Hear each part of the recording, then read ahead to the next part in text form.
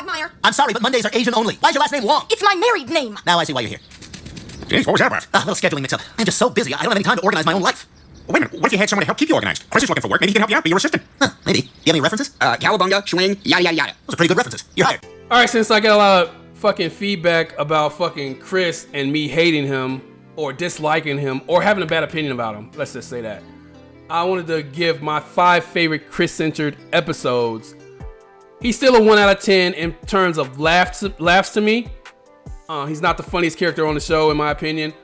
But I must admit that these episodes I actually laughed and I liked them, even though they were Chris-centered episodes.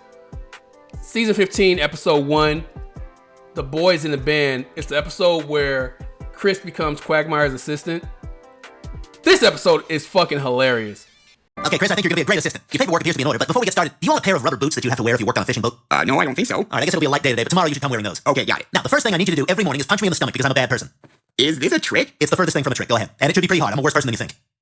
Okay, that's really good. Now I need you to call Time Warner about my cable bill. The fact that he was looking for a job and he becomes Quagmire's assistant and he has the different girls coming to his fucking house.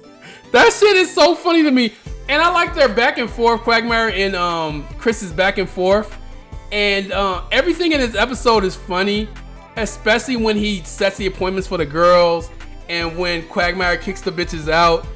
I like this whole episode is so funny to me. Chris, could you please get Hannah a thank you basket and schedule her next appointment? I'd like to see her again in 2 weeks. Of course. Mr. Quagmire can fit in you at 3 o'clock a week from Thursday. That works. And you know to fast the night before? Yep. And would you like to leave your panties in the fishbowl for a chance to win free lunch? Good luck. And you're gonna do that drawing anyway. Oh, there's no drawing. I just like smelling the bowl. You're doing a great job, Chris. Why don't you jerk the rest of the day off? Man, this is the best job ever. I even like the way that Lois said, no, this can't happen. And she made him quit and she gave him like $1,500 to fucking quit the job.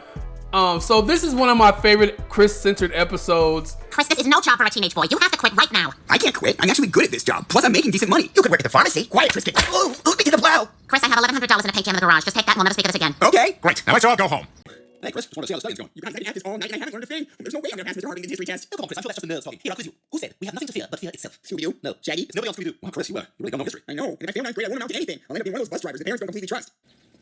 You have a beautiful child, Mrs. Roberts. All right, my next favorite Chris-centered episode comes in season 13, episode 7. It's called Stewie, Chris, and Brian's Excellent Adventure. So in this episode, Stewie, Brian, and Chris travel through time and somehow ended up on the Titanic. So in this episode, trying to study for a test or whatever that he keeps failing or whatever, and they wake him up and they take him on an adventure in his dream, and he thinks he's dreaming or whatever, but they're really going through time. And the reason why I like this episode is because they're actually on the fucking Titanic. What are we gonna do? Hey, Stewie. I'm such a moron. How did I get on a fancy boat? See you later, douchebags. Oh, crap. Chris is on the Titanic. Right. We'll just go back in time to before Chris ran off. Oh, and I took your fancy smoke detector. My God, he's stolen his iPad. Right, we gotta get on that ship. Attention passengers, the karaoke contest will begin in 5 minutes. Okay, now we really gotta get on that ship. The antics are pretty funny, and it reminds me of the movie, which I actually like, the Titanic movie, and I like what they did in this whole episode. I thought Chris was pretty funny in this episode. Oh no, I can't swim without my striped one piece. Everyone, move over. We're getting on this boat. Please, take my baby. Yeah, I'm sorry. If I take your baby, I'm gonna have to take everyone's baby. You believe that woman? Putting me on the spot in front of everyone. I ain't gonna front. Chris had his funny parts, and I like the way the time machine got broken. They had to figure a way to get off the ship, and everything that happened in the movie pretty much happened in this episode of the cartoon, and that's why I like this episode. So Chris was actually funny in this episode in small parts. Oh, thank God, we're back. Wow, what an adventure. Thanks, Dream Brian. Thanks, Dream Stewie. Brian, Stewie, I just had the most amazing dream. I was on a famous boat called the Gigantic. Yeah, he's a fail at test, Well, we gave our best shot, Stewie. It was still a nice thing you did for your brother. I suppose. I just hope that Chris killing one extra man on the Titanic didn't alter anything in the present. There he is, Nigel Harvington. Wait, Harvington? Isn't that the name of Chris's history teacher? Yes, I think you're right. That'll be his ancestor, which means that Chris's history teacher was never born. Hey, everybody, I'm Teacher Doug, and I don't believe in tests. Yay! Yes, would you like to read your personal essay? Okay, Mrs. Donovan. Following Mrs. Donovan by Chris Griffin. The first thing that Mrs. Donovan does when she gets home from school is put on sweatpants. Then she eats a whole tube of cookie dough, but she must be allergic to it because there are tears coming out of her eyes, and she always throws up right after. Then she puts paper doll clothes on a picture of a sonogram. Chris, I think you should stop. Why? I'm doing the best I can. I'm not Nathaniel Hawthorne. So the next episode that I liked by Chris, that was Chris-centric, was called The Space Cadet, Season 11, Episode 9. It's one of the funniest storylines of Chris. He goes to space camp. So I like the whole episode pretty much, but his parts in particular are funny. Like there's a part where he's he's dressed like Russell Brand. He has his whole hairstyle like Russell Brand. I thought that shit was funny. Let's see your astronaut haircuts. Chris, that's a Russell Brand haircut. Boy, I don't know what happened. I went to be barber. The shop not come out looking like this. You're talking different from how I talk. Here's a bunch of money to be on TV. And then there's the part where the cutaways are good in this episode too, because I related to one of the cutaways where there's two guys, you're out on a date with your wife or some shit, and her friend brings her husband and they expect you to be cool with each other. And that cutaway just resonates with me because what the fuck are you gonna be cool with somebody you don't know? Just because she's your girl's dude, that don't mean you guys should be cool. Like, I thought that shit was funny. Gonna have fun and make lots of good friends. Yeah, not fake friends, like guys whose wives are friends. You have to get me that recipe. Oh my god, the cookbook, it's right in the kitchen. Sports? No. Movies? No. Hiking? No. Cars? No. Porn? Yes. Porn? No. But the whole entire episode was pretty funny. They they treat him like he was fucking stupid, which is why they took him to space camp to begin with. And I like the cutaway with Lois and Peter with the fucking fortune cookies. That shit was funny. You know, Lois, it's never easy hearing the truth, especially from a fortune cookie. What does it say, Peter? Just something about perseverance. What does yours say? It says I'm very creative. So this whole episode is fairly funny, and Chris is not bad in this episode. I'm not even gonna front. He was actually funny in this episode. I laughed several times in this episode.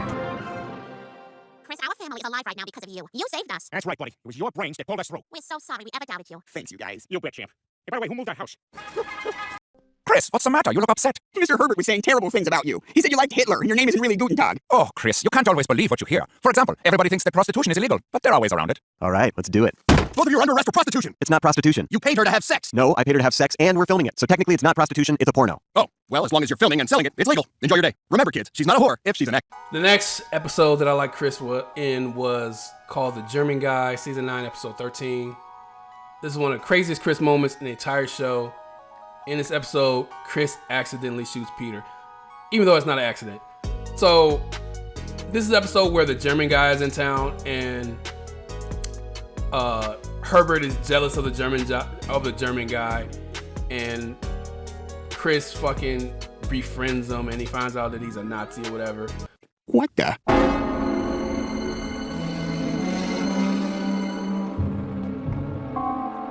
So now you know the truth. I promise I won't tell anyone. Just let my dad go. Oh, I'm afraid that is quite impossible. But at the end of this episode, he ends up shooting Peter because they confused him to thinking that the other guy was his dad or some shit like that. Quit shooting, Chris. What are you waiting for? How do I know which one to shoot? What? How do I know which one is the real dad? We never switched. We don't know what the same. All right, when's my birthday? Ah, crap. February 8th. Ah, Dad! There, that's more like it. You idiot. Well, learn my birthday. I thought this episode was funny. Mostly for the fact that he disses Herbert. That was pretty funny. And it really hurt his feelings. And Herbert ended up coming back and saves him. Grab my hand!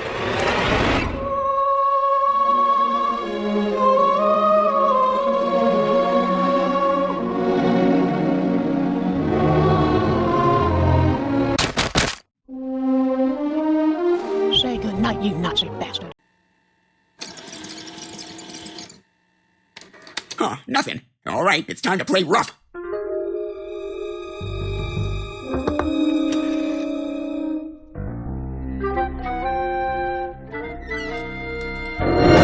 I got you, you bastard! And the last one is called Hannah Banana, Season 8, Episode 5. For years, Chris thought the evil monkey in his closet was just terrifying. But in this episode, we learned something crazy. What we learned is that the monkey is not an evil monkey. He's actually has a family. He actually is depressed. Oh my god, Chris was right! Holy crap, Chris, is that thing dangerous? Yes, he's evil! I'm not really evil. It talks! If someone will please untie me, I'll explain everything. No, Dad, don't do it! He's evil! Look, just trust me. This is all a huge misunderstanding. Chris, I think we should give him a chance to explain himself. No! I thought this whole concept was hilarious.